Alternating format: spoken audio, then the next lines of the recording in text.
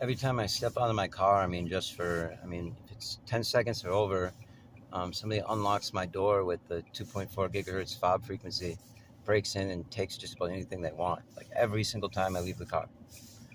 Um, I, I, I suppose that the car's unlocking with all the lights going on. The microwave antennas have that 2.4 gigahertz frequency.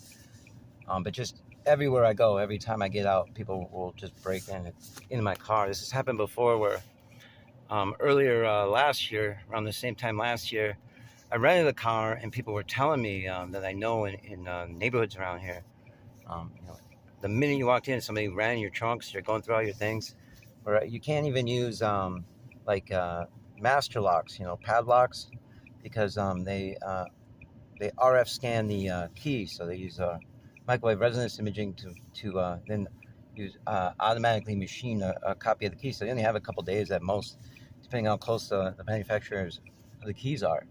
I mean, I had like three of them from different stores and everything, different models. They just within a couple days it was gone. So anyway, yeah, they unlock your car door the second you get out and steal your things. It's a big problem.